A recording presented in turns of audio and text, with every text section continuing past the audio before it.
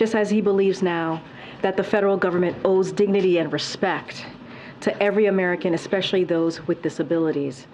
Soon on the South Lawn, the president will be joined by Americans with disabilities and their families, members of Congress, and advocates, and he'll be introduced by Selma Blair, a woman who is challenging stereotypes about what people with disabilities can do. Today, as we celebrate these landmark laws, the Biden-Harris administration remains committed to moving America closer to the promise of equal opportunity for everyone. And later this afternoon, the president will convene his cabinet to get an update on the progress we're making on pressing priorities for the country, including implementing the historic legislation he has signed into law, balancing the promise and peril of artificial intelligence, and taking action on gun violence. With that, hey, Josh. How are you, Karine? Good to see you. Good to see you. Happy Monday. Happy Monday, indeed. All right. Two major subject areas post non-shutdown. Okay. Speaker McCarthy has said he has not spoken with President Biden on Ukraine, and that his objection to the funding is that the White House has not shown, quote, how we're going to win and what is our mission, end quote. What does winning look like in Ukraine? Does the president plan to speak with Speaker McCarthy? Look, I don't have any conversations to read out or planned conversation with the speaker. Look, the speaker was on TV yesterday, on television yesterday, showing and speaking to the commitment that he has made to the Ukrainian people. And he said yesterday, I support being able to make sure Ukraine has the weapons that they need. And in fact, he said that multiple times yesterday. So he has made publicly his support to Ukraine. There's a bipartisan support, as we have seen from day one, for continued funding, in Ukraine. And look, let's not forget what the purpose of this is for. This is for to see the continuation of the brave people in Ukraine to fight for their freedom, right? To fight for their democracy. And so that's what we want to continue to do. That is what the president wants to continue to see. And not just us. There are Republicans and Democrats in Congress in a bipartisan way who wants to see funding in Ukraine continue. And then secondly, in light of the CR, has President Biden or anyone in the administration been in touch with our allies about Ukraine? Are they having to address concerns? So look, we have been in touch with some of our allies and partners, certainly about Ukraine, and that is something that we have done for some time now, over the past 17, 18 months. And so that's going to continue.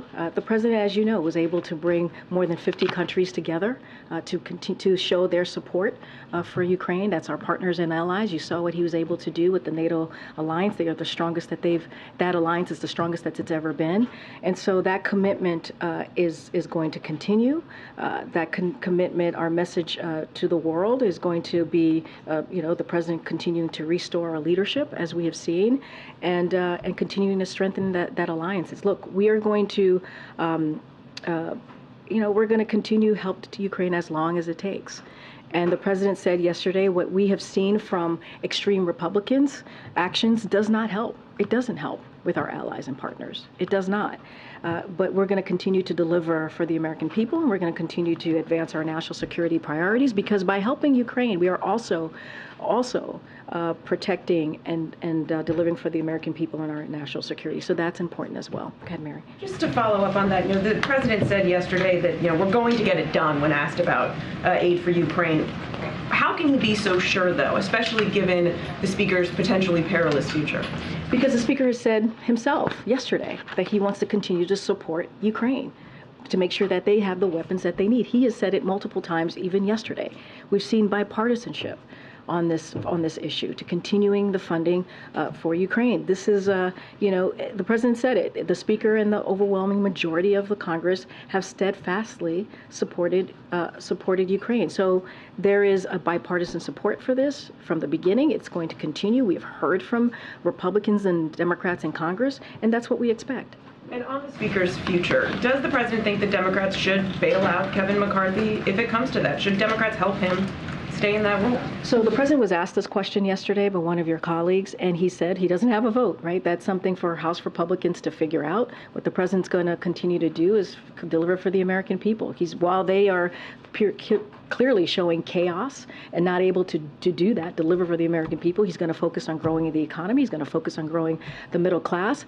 And as it relates to anybody else, the Democrats, that's their decision to make. That's for Democratic leadership and House Democrats themselves to figure that out. Actually, the president doesn't have a vote here, but surely this is something that the White House is discussing with leadership on the Hill. Absolutely. That is not something we are There's not. no conversation between That is you. something we do not get involved when it comes to leadership conversation. That is something for House Democrats, House Republicans in this particular instant to figure out. And can you just clarify one more thing? Because we've heard Matt Gaetz and others put a lot of attention on this. What exactly did the president mean yesterday when he was asked if he could trust the speaker on the next deal? And he said, we just made one about Ukraine. We just heard Matt Gaetz again on the floor insisting there's been some secret deal made between the president and the speaker. I'll leave Matt Gaetz to speak for himself and what he meant on whatever he just said right now. I hadn't had a chance to listen to the congressman because I was getting ready to come out here. Look, I mean, just on trust more broadly, I know we've been asked that question. Look, it's not about trust. It's about Congress doing their basic duty is to keep the government open. That's what this was about. When it relates to what the president said, I'm certainly not going to go beyond what he said. But what we know is that there's bipartisan support for this deal. Again, Speaker McCarthy was on the air multiple times yesterday saying that he certainly wants to continue support for Ukraine to get the weapons that they need. And so we're going to hold him to that. That is something that he has said. That is a commitment that he has made. When the president said we just made a deal about Ukraine.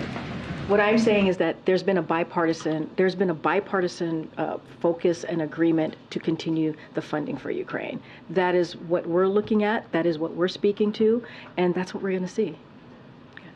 Thanks, Karine. Just to follow up on that, how critical is it for the White House that Speaker McCarthy remain in power for the time being? It is not up to us to decide. It really isn't. That is up to House Democrats and House Republicans, more specifically House Republicans, to decide on that action or on that way forward. But surely, I mean, it's not in the White House's interest to undergo an extended fight and chaos over the speakership. What are the president's thoughts on that? The president says he doesn't have a vote in this matter. That's what the president said yesterday. He does not have a vote on this matter. It is something for House Republicans to decide.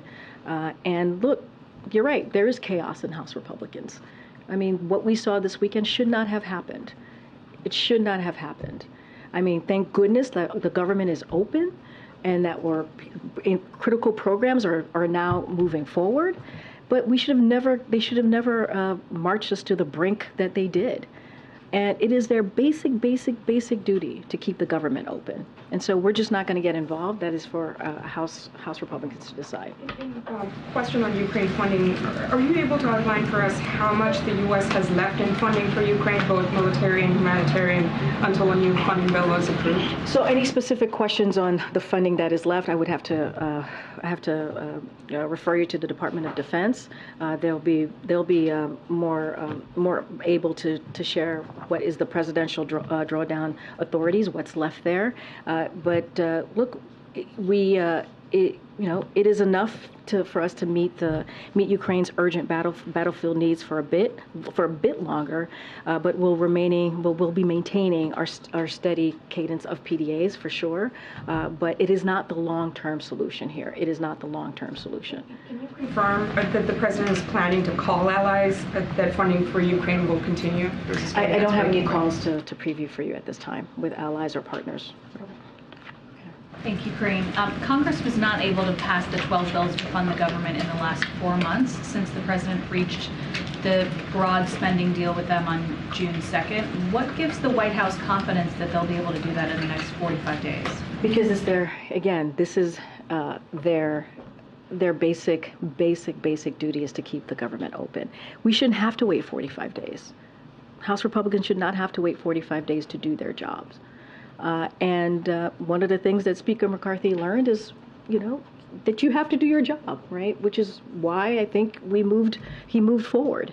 And so, look, this is something that Congress is their duty to do, is to keep the government open, to make sure that federal government employees get paid, to make sure these critical, important programs are continue to be paid in, so that families across the country, American families across the country are getting those critical programs. And so this is their basic duty. This is their basic duty.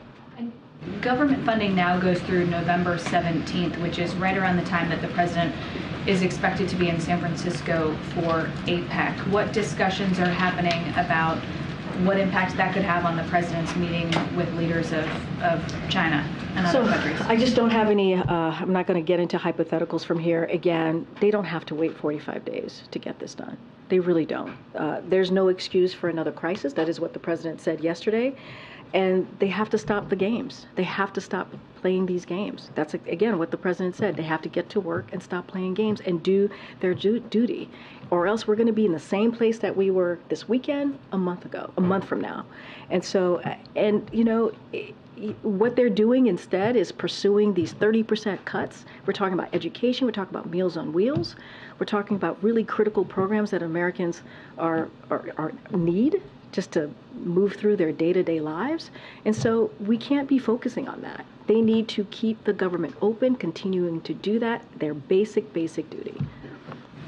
Yeah, thanks. One point that Speaker McCarthy made repeatedly on Face the Nation yesterday was that he wants any additional funds for Ukraine tied to congressional action on border security. Is that something that the White House would consider supporting for a vote on Ukraine funding? So look, I think the American people are fed up. They're fed up of the political games, the political stunts that House Republicans are doing on our national security and also our government. You have a president who has delivered record funding to make sure that we have additional Border Patrol federal employees at the border. This is something that he has done and has delivered on.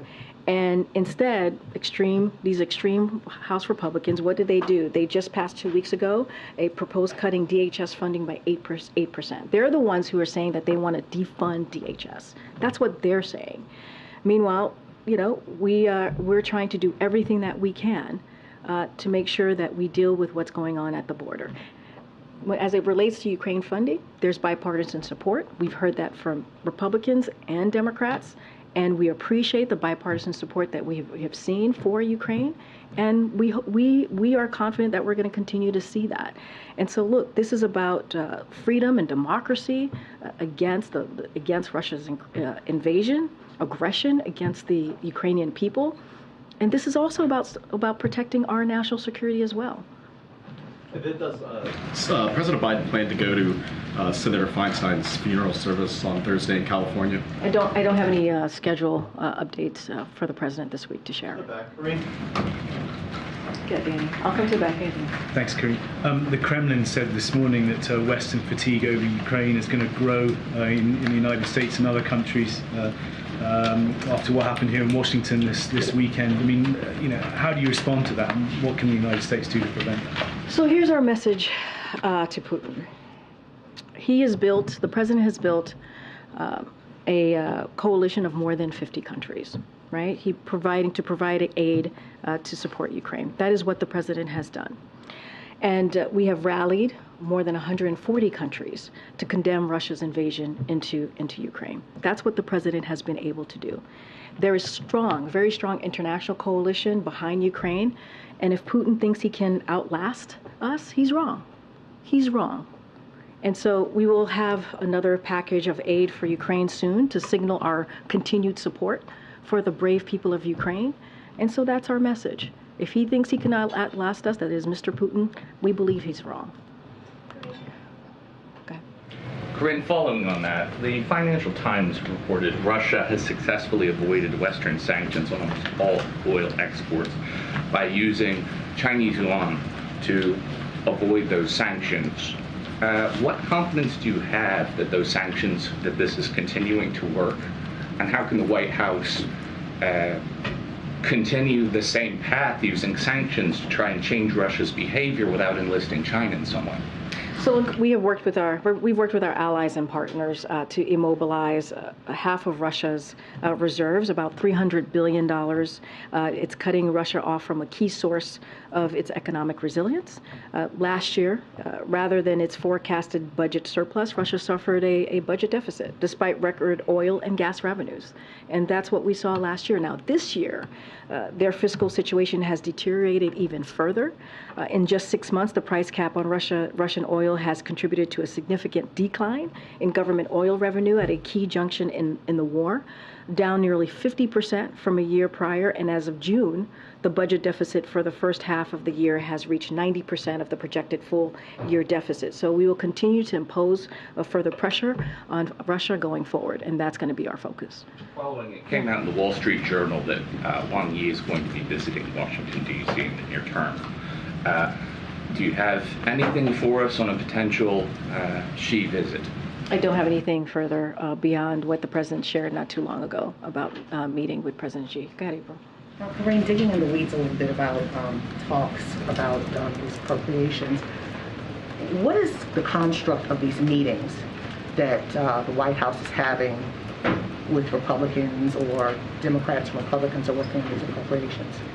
So I have said for many weeks now that as House Republicans were leading us to the brink of a potential shutdown, that members here of the White House, we had our Office of Legislative Affairs, we had the OMB Director, Shalonda Young, I think she's spoken to this very recently, had regular conversations and have been in regular conversations with members in Congress.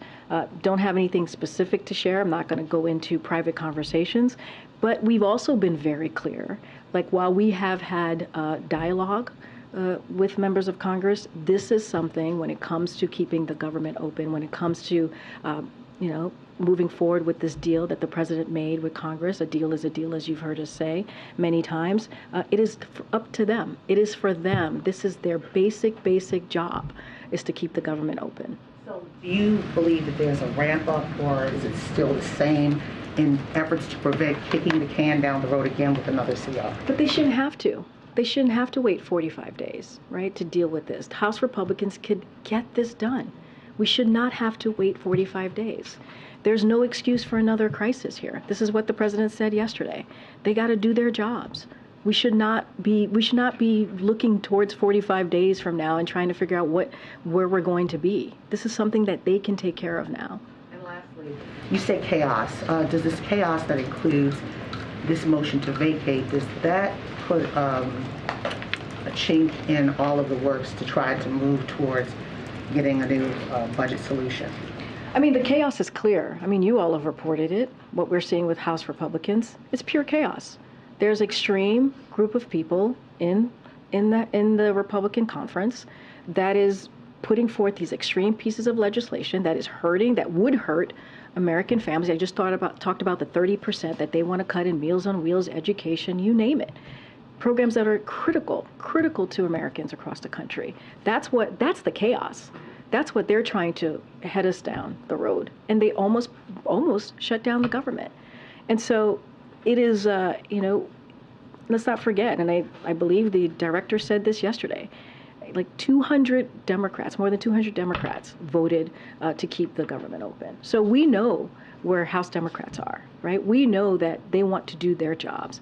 It's the chaos that we're seeing from House Republicans that led us to this crisis, and we don't need this. So the motion to vacate has nothing. The motion to vacate has nothing to do with us. That is absolutely nothing to do with us. That is something for House Republicans to figure out, and we're going to let the leadership figure that piece out. Go ahead. Thank you. The White House has been clear, of course, that you don't want to negotiate further on further cuts after the deal in May. But first, does the president believe that the deficit is something that should be reduced, and would he be open to some kind of bipartisan commission looking at deficit reduction as part of the spending deal? What I can tell you for sure is that the president, everything that he has put forward, when you look at the policies, even the legislation that have become law, deals with lowering the deficit. Even that budget agreement that we saw back in May, June, that was agreed upon, bipartisan, that was voted by 2/3 of the House Republicans, that lowered the deficit by $1 trillion in over 10 years. So clearly this is a president that wants to focus on lowering the deficit. This is something that you hear him talk about almost every time he talks about the economy and where we are, growing the economy, growing the middle class. So obviously this is an issue that is important to the president. I'm going to move around. Go ahead. Governor Newsom has picked LaFranca Butler to fill California's open seat. What does the president think about that appointment, and has he called or does he plan to call? Has the vice president also called? So I don't have any calls or conversations to read out. I can say that we respect the governor's certainly appointment, his decision. LaFranca Butler has spent her career fighting for the rights of women and working people, just by looking at certainly by her career. And she's herself succeeding a trailblazer by breaking more barriers. And so again, we respect the governor's appointment. I don't have anything to read out as far as calls. And I would probably should reach out to the vice president's office to see if she's made a call. Okay. Thanks, Karine. Last month on Ukraine funding, Jake Sullivan said that on September 20th that the $24 billion was needed for this quarter that we're in now, so that there wouldn't be a disruption. At what point does that disruption begin or happen? So look, the battlefield on the ground changes, right? And so I don't want to give a date. I'm hesitant to give a date because giving of the changing dynamics and what that looks like. As I mentioned, DOD certainly would have more information on the funding. So I'm certainly not going to go beyond what the National Security Advisor said here. But look, we're talking about we're talking about what we know we have left. We have enough for PDA authority to meet Ukraine's urgent battlefield needs for a bit longer, as I said, but it's not the long-term solution. It is not the long-term solution. So any specifics on the PDA and what's left, I certainly would refer you to the Department of Defense, but don't want to get into a date from here because of the changing dynamics of the battlefield. And just to reiterate, beyond McCarthy's comments this weekend and past support, you're saying there's been no conversations between the White House and leadership about a potential agreement, contours of how to get the funding approved? What we're saying is there's obviously bipartisan support to continue the funding to Ukraine. We've heard that specifically from Speaker McCrane, Speaker McCarthy just yesterday, multiple times saying that, and we've heard that from Democrats and Republicans in Congress. So that's what we want to see. We want to see the commitment. We want to see that that McCarthy keeps his commitment to the people of Ukraine. That he has said he wants to continue that funding to make sure that Ukraine get the weapons that they need, and that's what we want to see. Okay. Thanks, Karine. So staying with that topic, yesterday, when I asked the president about the prospect of future deals with Speaker McCarthy, he said, we just made one about Ukraine. But it sounds like you're saying they didn't just make one about Ukraine. What I'm saying is that we know that there's bipartisan support, right, for Ukraine funding. And that is what we're saying. We're saying that there's bipartisan support. There has been. We appreciate the bipartisan support that we've seen for Ukraine from the beginning, and we believe that's going to continue.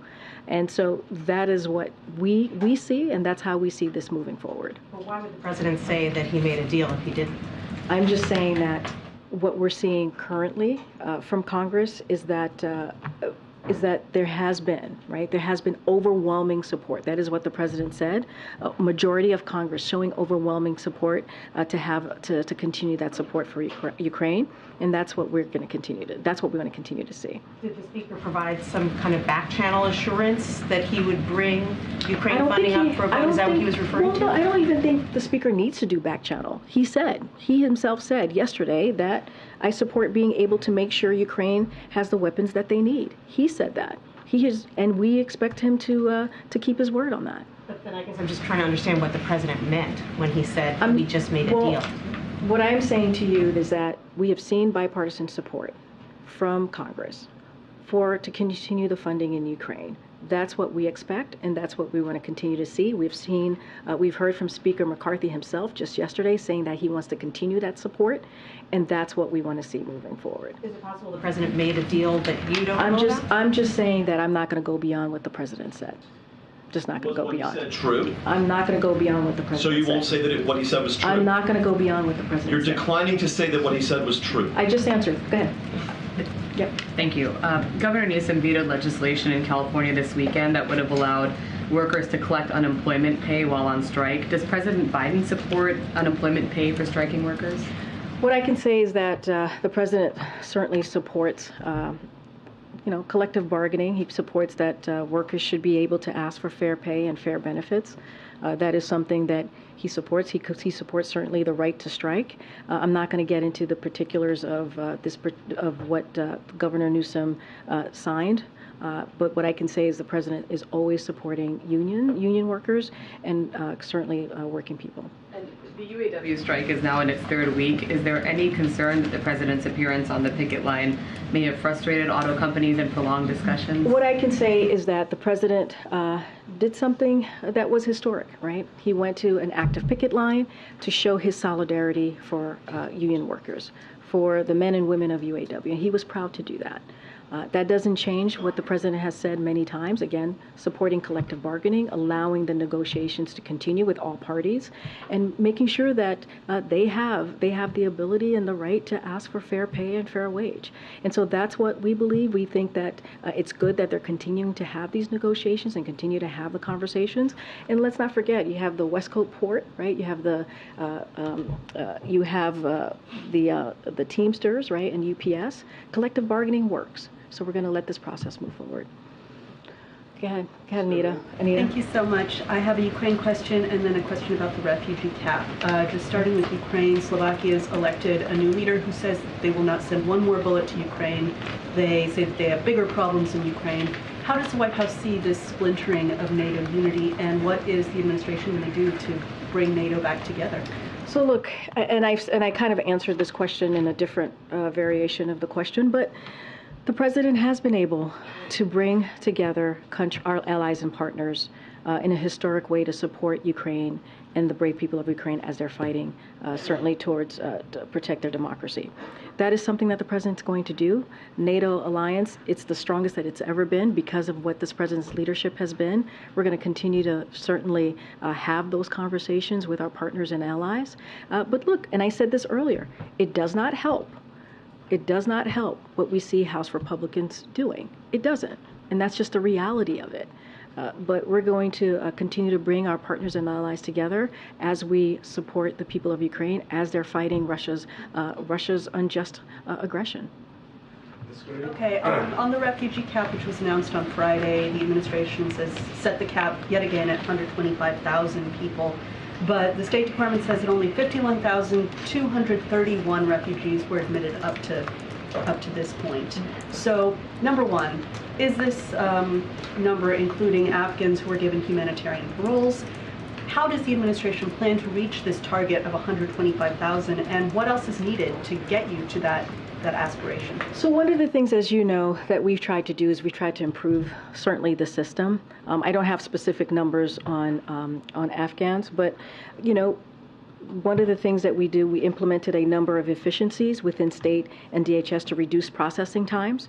State has also approved 51 new local offices. So we have taken steps, and that's just a couple of things, to make sure that we're improving the system. And so we're going to certainly continue to do that. And so, look, we said when we first set this target that it was going to be ambitious. We knew that. We knew that 125,000 is an ambitious number, and within the progress we've made, we feel that we are better positioned to meet those goals this upcoming fiscal year, and so that's what we're going to try to do. We'll continue to go around. Go ahead, Brian. Karine, I wanted to ask about the president's legislative priorities. I mean, given that what House Republicans are doing right now, continue to threaten to shut down the government in 45 days and hold up Ukraine funding, Is that it for what the president can do legislatively for the foreseeable future, or are there other legislative priorities where he thinks there might be a coalition with House Republicans? I mean, look, the president, you saw what his priorities were in the budget negotiations, right? We also wanted to make sure we were protecting Medicare, protecting Social Security, right? Those were things that were incredibly important to the American people. Yes, Ukraine funding is also really important as well, which is why we are confident that we'll continue to see this bipartisan support for the Ukraine funding. And so, look, you're going to see the president meet with his cabinet in a couple of hours. We're going to talk about the importance of implementing the historic pieces of legislation that he's been able to pass. And when you think about the Inflation Reduction Act, when you think about how that's going to lower healthcare costs and what that's doing, right? The capping 35% for seniors when it comes to insulin. That's really important. When you think about beating Big Pharma and the first 10 tranches, the first 10 tranche of pharmaceutical drugs. That's where the cost is going to go down. All these things are incredibly important. We have to continue to implement these important pieces of legislation that's currently now law, and that's going to be the president's focus. And also protecting Americans, right? Protecting Americans, making sure we're keeping Social Security, Medicare, Medicaid. And so that's going to be the focus. You've heard us talk about the unity agenda and how important that is. Those are ways, if you want to see what the president believes he can move forward, how he can move forward with in a bipartisan way with Congress, look at the unity agenda. And so that's going to continue. He's going to continue to try to move with that as well. Go ahead. Thank you. 2 questions on the border, if I can. New York Governor Kathy Hochul says the border is too open right now. Does the president think that the border is too open? So here's what I will say. The president, on his own, without the help of Republicans in Congress, let's not forget, he put forward a comprehensive piece of legislation to deal with immigration reform. Remember, this immigration system has been broken for decades, and it's been 3 years. That's been almost 3 years since he put forth that piece of legislation. And there are 3 things that he has moved forward in when it comes to his plan and looking at the border. There's enforcement, and so we've deployed additional troops and federal agents to the border and removed or returned more than 250,000 individuals since May 12th alone. That's what we've been able to do without the help of Republicans. And deterrence, we've had the largest expansion, certainly, of a pathway is in decades. And we've made clear that attempting to cross the border unlawfully will result in prompt removal, a 5-year ban on reentry, and potential criminal prosecution. And let's not forget the diplomacy that we have done with the region, including Mexico, to deal with this issue, because this is a regional issue that we're seeing as it relates to unlawful migration. So when the president looks at what's happening at the border, he sees a border that is effectively closed. What I'm saying is that the president, without the help of Republicans, is doing everything that he can to deal with the border. That's what he's been able to do, while Republicans try to push forth a CR to take away the federal agents that we see at the border. That's what he's trying to do. They're trying to politicize it and make it worse. That's what Republicans are trying to do, and turn it into a political stunt. The president is actually dealing with the issue that's in front of him by getting record funding, 25,000 federal agents at the border. That is something that this president has been able to do. I'm going to move around. Okay, Karen. A couple on COVID. Does the administration have any regrets about the rollout of this new COVID vaccine, given the reports of insurance snags and some supply issues with getting this vaccine out? So look, this is something that we're certainly aware of and want to make sure that the system works for everybody. And that is something that you can just look at what we've done the last 3 years on this issue, right? Making sure that we make sure that every American across the country who wants a vaccine will get it. So certainly we are aware of what consumers have experienced, these unexpected issues of point of service.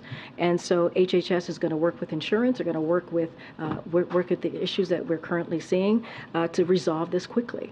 And so this is certainly a top priority for this administration as it relates to a comprehensive vaccination program. This has been a priority since day one of this administration. And are you worried that if people are frustrated not not being able to get their shots now, they might give up, and that could lead to a worsening situation in the fall and winter. And then just to follow up on the president's involvement in messaging. Look, I'm not going to get too much into like the hypotheticals here. We're going to quickly, HHS is dealing with this issue. Certainly we're aware of it, and we're going to quickly address this. They're going to quickly address it.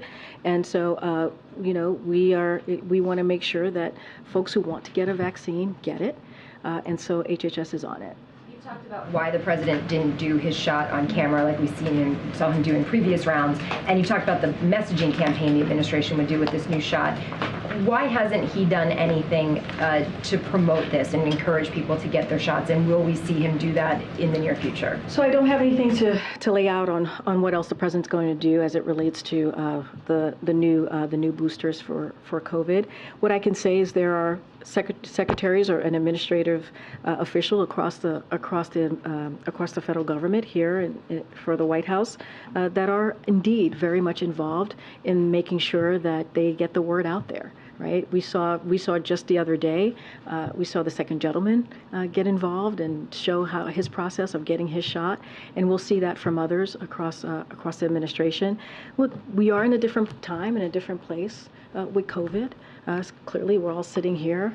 Most of us are assuming many of us have gotten our COVID shots.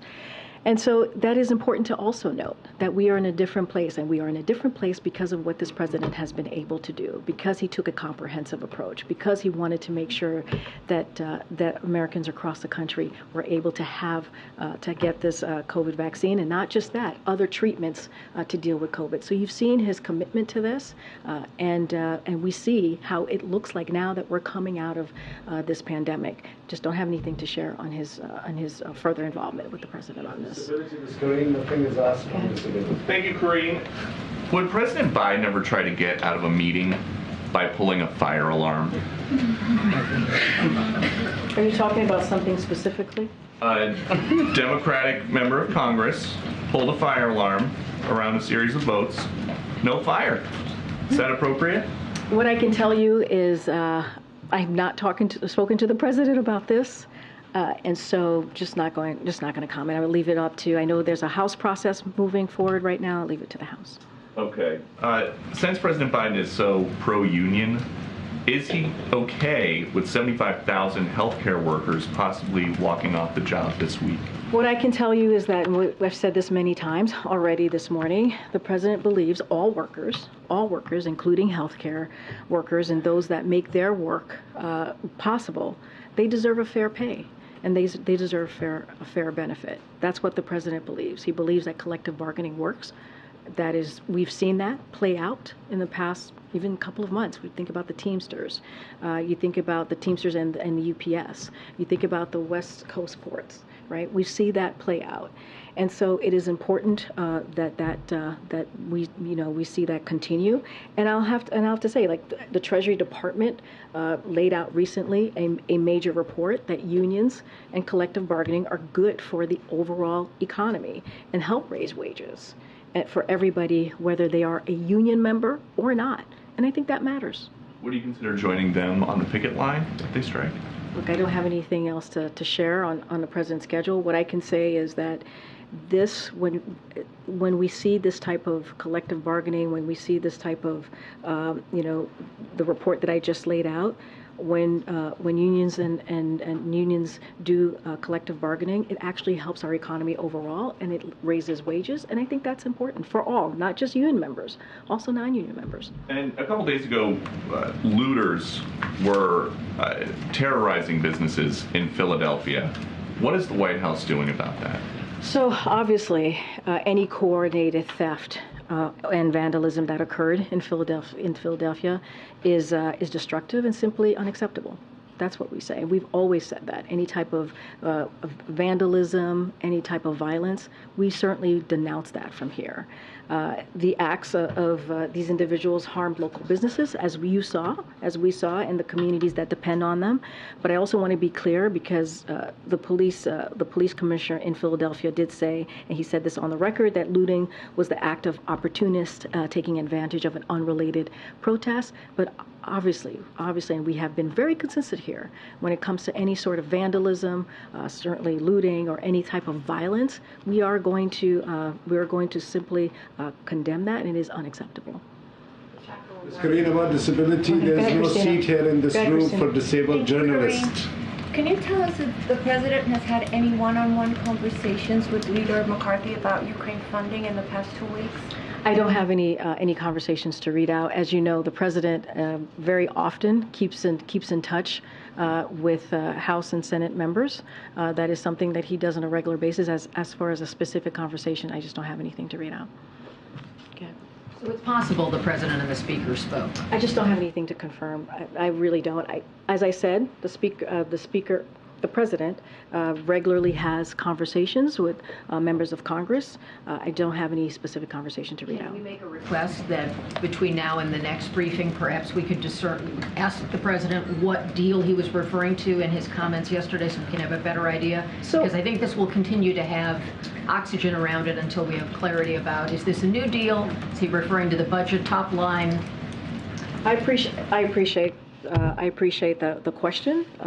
What I can say for sure is that what we believe as it relates to Ukraine is that there has been continues to be bipartisan support from Republicans and Democrats in Congress.